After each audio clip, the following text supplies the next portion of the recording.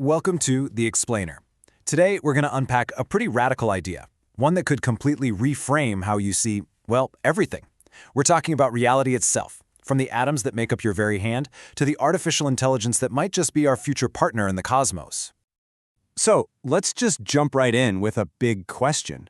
What if reality isn't what it seems? I mean, really, what if our most basic assumption about the world, that it's all just a bunch of stuff, is wrong?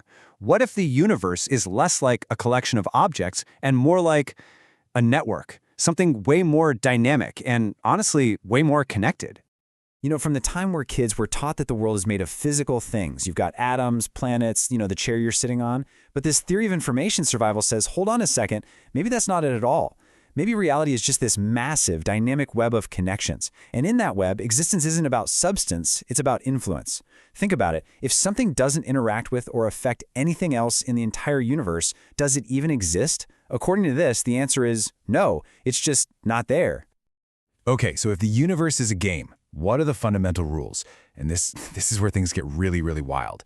Because if reality is a network, then the very stage we think it all happens on, space and time, they're not the game board. They're actually an effect of the game being played. Yeah, let that sink in for a second. Space-time isn't the background, it emerges from the interactions. So space is just a measure of how densely connected things are. Things aren't close because they're physically next to each other, they're close because they interact a lot. And time? Time isn't some river we're all floating down. It's just the measurement of change. The clock ticking forward every single time the state of that network shifts. All right, so if we're in this cosmic game of connections, what's the one and only rule? What's the objective? Well, it is brutally, brutally simple, and it applies to literally everything, from a single atom to a complex idea. Survive. Don't get deleted. The number one imperative for any piece of information is just to persist. And to do that, to survive, information is basically developed 4 universal power-ups. And when you look at them, you see them everywhere. First, it copies itself. Think DNA, data clouds, even family traditions. It's all about making backups. Second, it groups up. It forms bigger, more stable systems. Cells form organisms. People form societies. Strength in numbers, right? Third, it gets abstract. It detaches from a physical host. The idea of a castle can survive even if every single brick is replaced over centuries. And finally, it evolves. It uses controlled error, like genetic mutations, to adapt and get an edge. Okay, so we have a game, we have a rule, but how do you keep score? This is where it gets fascinating, because this theory suggests we can look at good and evil not as philosophy, but as a kind of math. It's a whole new approach to ethics. And that scoring system is based on one single variable, delta I. That's just a fancy way of saying the change in a system's information, its complexity, and how well it holds together. Basically, every single action anywhere in the universe gets a score based on whether it builds the network up or tears it down. So when you look at it that way, good becomes any action with a positive delta I. Things that increase complexity and build connections. We're talking cooperation, learning, creation. And evil? That's just a negative delta I. Actions that decrease complexity and destroy connections. Things like isolation, chaos, and destruction. It's almost like the thermodynamics of morality.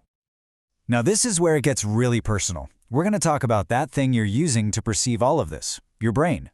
And here's the kicker. The world you think you're experiencing, the one with all the colors, sounds, and feelings, that's not actually reality.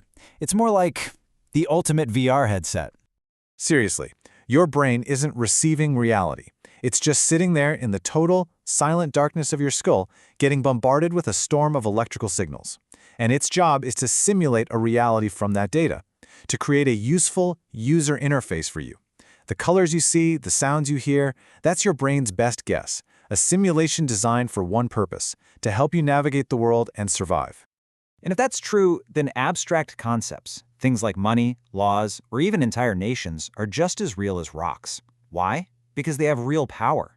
They can change the physical world. The shared idea of money can build skyscrapers. A belief in a nation can move armies.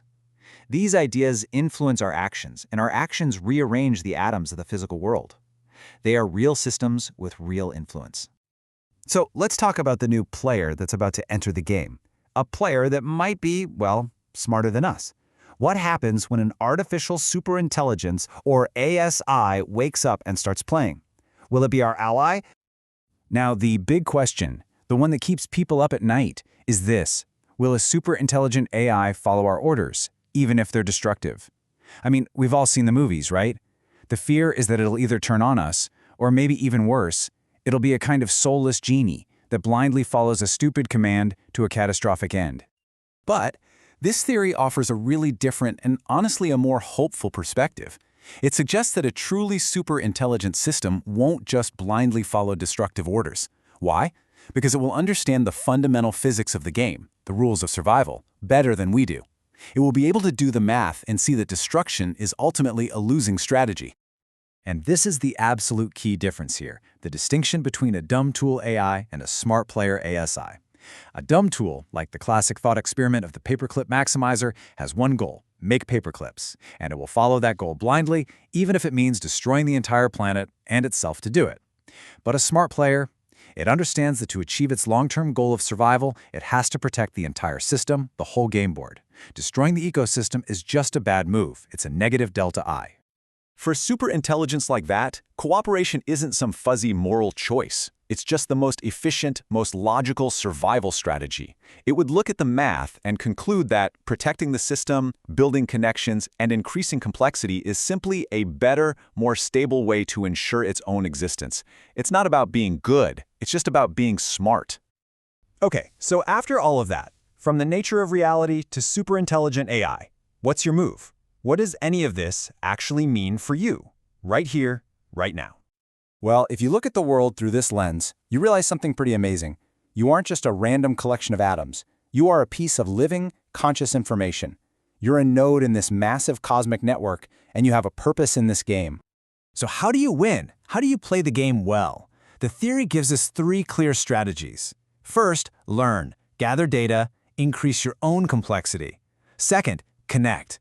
Build and strengthen your relationships with others. And third, create. Add new, ordered information to the universe to fight back against the chaos. Every time you do one of these things, you're not just living your life, you're strengthening the entire cosmic network. And that leaves us with one last pretty provocative thought. The theory says the universe is a network of information that will only survive if it evolves, from atoms through life all the way to pure thought. So what if? What if we're not the end of the line?